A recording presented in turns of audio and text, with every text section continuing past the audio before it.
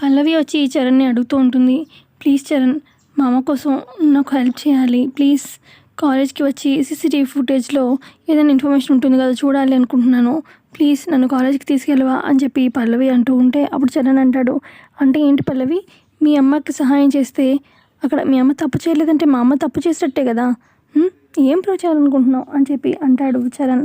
అయ్యో, నేను మీ మమ్మీ తప్పు చేస్తుందని అస్సలు అనలేదు, కానీ మా అమ్మ తప్పు చేయదు, అందుకే ప్లీజ్ అని చెప్పి పల్లవి అంటూ ఉంటే ఇదేదో బాగుంది.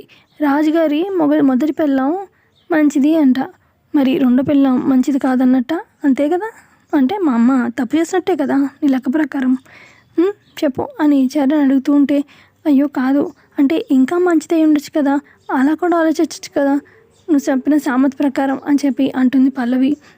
బాగానే మాట్లాడుతున్నావు, అయినా ఏమీ వద్దు, నేను రాను అని చెప్పి అంటాడు చరణ్. ప్లీజ్ ప్లీజ్ అని బతిమాలుతూ ఉంటే, సరే అయితే నువ్వు నాకు చాలాసార్లు హెల్ప్ చేసావు కాబట్టి సరే అని చెప్పి పల్లవితో కాలేజ్కి బయలుదేరుతాడనమాట చరణ్. ఇక ఇదంతా దూరంగా అబ్జర్వ్ చేస్తూ ఉంటుంది శాన్వి. అమ్మో, ఈ విషయం వెంటనే వెళ్ళి మమ్మీకి చెప్పాలి అని చెప్పి వాళ్ళ మమ్మీ దగ్గరికి బయలుదేరుతుంది. అయితే సుమలత ఆల్రెడీ అక్షిత రూమ్లోకి వచ్చి, ఏంటి అక్షిత అంత కంగారుగా ఉన్నావు అనగానే, కంగారు కాకపోతే ఏంటంటే ఇందాక పల్లవి చెప్పిన మాట మర్చిపోయారా, ఏదో ఒకటి చేస్తానంటుంది కదా, గుండమ్మని బయటకు తీసుకొస్తానని, అది చెప్పిన ప్రతిసారి చేసింది, అందుకే ఆంటీ కంగారు, అందుకే అని చెప్పి అక్షిత అంటూ ఉంటే అప్పుడు సుమలత, నువ్వేం టెన్షన్ పడకు, అంత సిచ్యువేషన్ మన కంట్రోల్లో ఉంది, ఎవ్వరు ఏం చేయలేరు అని చెప్పి అంటూ ఉంటే అప్పుడే అక్కడికి వస్తుంది శాన్వి. అయిపోయింది మమ్మీ, అయిపోయింది, ఆ పల్లవి చరణ్ తీసుకొని కాలేజ్కి వెళ్ళింది అనగానే, ఈ టైంలో కాలేజ్కి ఎందుకు అని చెప్పి సుమలత అడుగుతుంది. అదే కాలేజ్లో గుండమ్మ మీతో మాట్లాడిన విషయం, అసలు ఆ ఇద్దరు ఆడపిల్లల్ని ఎవరైనా కంపెల్ చేశారా, అందుకే వాళ్ళంతా అబద్ధం చెప్పారా, అసలు ఈ గొడవ ఎక్కడ స్టార్ట్ అయింది ఏంటి అని చెప్పి తెలుస్తుంది కదా సీసీటీవీ ఫుటేజ్లో, అది చూద్దామని చెప్పి పల్లవి చరణ్ కాలేజ్కి వెళ్ళారు అని చెప్పి చెప్తుంది శాన్విక. ఇక అక్షిత అంటుంది, అంటే బావగారు ఆంటీ తప్పు చేసినట్టు నమ్మేశారా అని చెప్పి అనగానే, లేదు తమ్ముడైతే నమ్మలేదు, కానీ ఇది వరకు పల్లవి చాలాసార్లు సపోర్ట్ చేసింది, హెల్ప్ చేసింది కాబట్టి చరణ్ కూడా జస్ట్ తోడుగా వెళ్ళాడు కాలేజ్కి అని చెప్తుంది.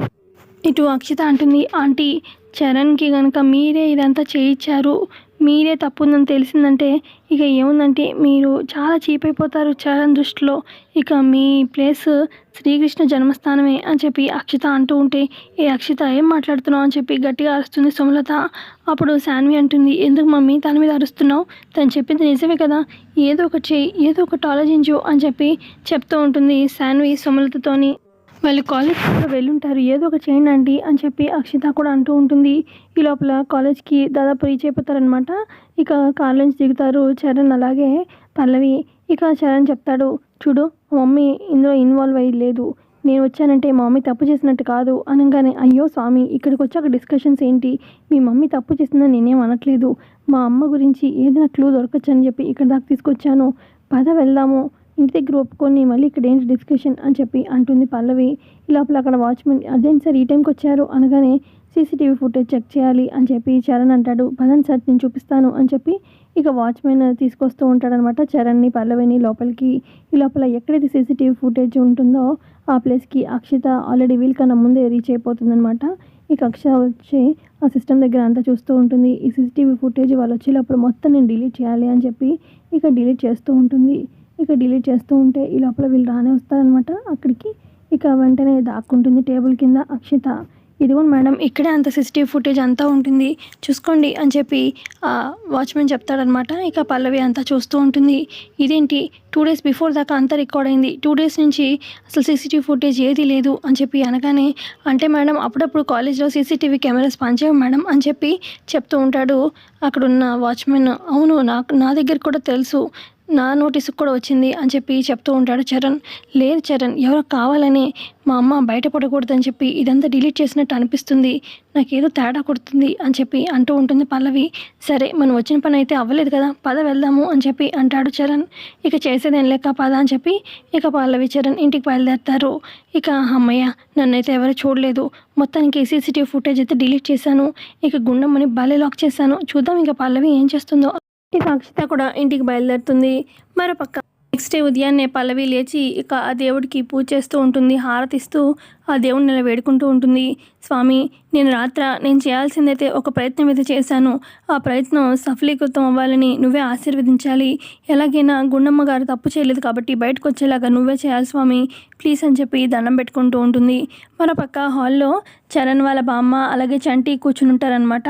ఇక ఏదైనా గుండమ్మ గారు తప్పు చేశారంటే నమ్మబుద్ధి కావట్లేదు అని చెప్పి చంటి అంటూ ఉంటే అప్పుడు చరణ్ వాళ్ళ బామ్మ, అవును గుండమ్మ అసలు తప్పే చేయదు, ఆవిడ ఎలాంటిదో నాకు బాగా తెలుసు, ఏదైనా చేసుంటే మీ అమ్మే చేసుంటుంది అని చెప్పి అంటూ ఉంటుంది చరణ్ వాళ్ళ బామ్మ. అంటే ఏంటి, మమ్మీ తప్పు చేసిందంటావా, నాకు డౌట్గానే ఉంది అని చెప్పి చంటి అంటూ ఉంటే అప్పుడు అక్కడికి వస్తాడు ప్రసాదరావు. ఏంటమ్మా మీరు మాట్లాడేది అని చెప్పి అనగానే, ఇందులో తప్పే ఉందిరా, నీ భార్య చేసింది ఇదంతా నాకు తెలుసు అని చెప్పి అంటూ ఉంటుంది చరణ్ బామ్మ. సరేలే మెల్లగా మాట్లాడు, నాకు కూడా తెలుసు, కదే బయటికి చెప్పుకోలేని ఫీలింగ్స్ అని చెప్పి అంటూ ఉంటారు. ఈ లోపల సుమలత, అక్షిత, శాన్వి ముగ్గురు మెట్లు దిగుతూ మాట్లాడుకుంటూ ఉంటారు. మొత్తానికి టైంకి వెళ్ళి సీసీటీవీ ఫుటేజ్ డిలీట్ చేసా కాబట్టి సరిపోయింది, లేదంటే పల్లవి దగ్గర ఫుల్ సాలిడ్ ప్రూఫ్ ఉండేది, మనం దొరికిపోయే వాళ్ళం ఆంటీ అని చెప్పి నవ్వుకుంటూ మాట్లాడుకుంటూ వస్తూ ఉంటారు. ఈ లోపల పల్లవి ఏమో దేవుడికి హారతి ఇచ్చి బయటకు వస్తుందనమాట. ఇక వీళ్ళకి కూడా హారతి ఇద్దామని చెప్పి అప్పుడే సుమలత వీళ్ళు కూడా వచ్చి నించుంటారనమాట.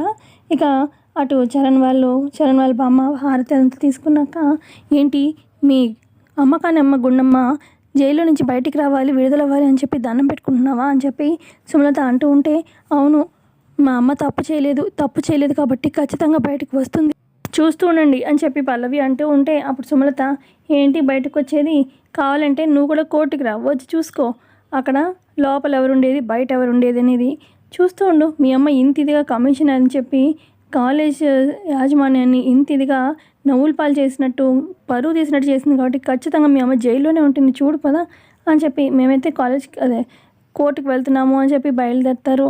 మరో పక్క కోర్టు దగ్గర ఆల్రెడీ ఇటు పల్లవి, శ్రీనివాసరావు అలాగే ఆదిత్య వెయిట్ చేస్తూ ఉంటారు. ఈ లోపల గుండమ్మని తీసుకొస్తారనమాట. అమ్మ అని చెప్పి వెళ్ళి హక్ చేసుకుంటుంది పల్లవి గుండమ్మని. నీకేం కాదమ్మా, నేను బయటికి తీసుకొస్తాను అని చెప్పి ధైర్యం చెప్తూ ఉంటుంది పల్లవి. అటు శ్రీనివాసరావు, ఆ తర్వాత ఇక శ్రీనివాసరావు అంటారు, ఒరే అది ఒకసారి మన లాయర్కి కాల్ చేయరా అని చెప్పి అనగానే, అలాగే డాడీ అని చెప్పి ఇక లాయర్కి ఫోన్ చేస్తూ ఉంటే ఆయన ఫోన్ ఏమో స్విచ్ ఆఫ్ వస్తూ ఉంటుంది.